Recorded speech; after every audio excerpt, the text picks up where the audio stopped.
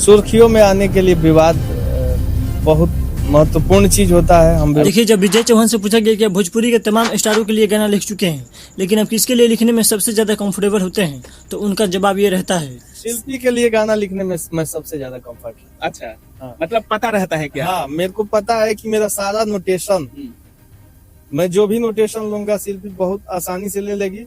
जी हाँ, ये बात बिल्कुल सही भी लगती है, क्योंकि इनका लिखा हुआ जो भी गाना शिल्पी राज गाती है वो एकदम हिट ही साबित होती है। शिल्पी राज ने इनका लिखा हुआ गाना सबसे पहले ये गाना गाई थी।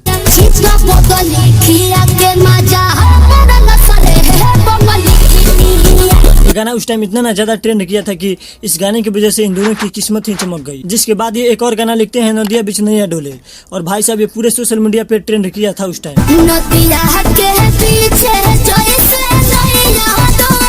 ये गाना ऑनलाइन के मामले में व्यूज तो लाया ही था, लेकिन अगर ग्राउंड लेवल की बात की जाए तो सिर्फ और सिर्फ यही चल रहा था, और अभी इस गाने पे 500 मिलियन व्यूज पार है। लेकिन एक बात सोचने वाली है कि शिल्पी राज अभी के टाइम में इतना ज्यादा पॉपुलर हो चुकी है, तो ये स्टेज शो क्यों नहीं करती?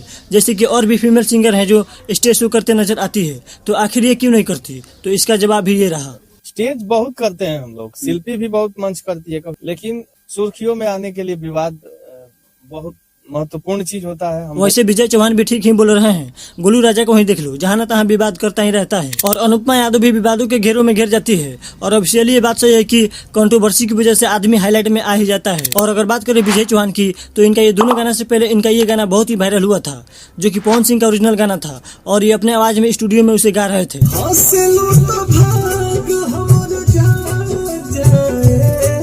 इसी गाने की वजह से इनकी करियर उठने की शुरुआत हुई, और आज ये किस लेवल पे हैं वो आपको बताने की जरूरत नहीं। इन दोनों में से आपको किसकी आवाज अच्छी लगती है कमेंट करके जरूर बताना। मिलते हैं अगले वीडियो के साथ। वीडियो देखने के लिए बहुत बहुत धन्यवाद।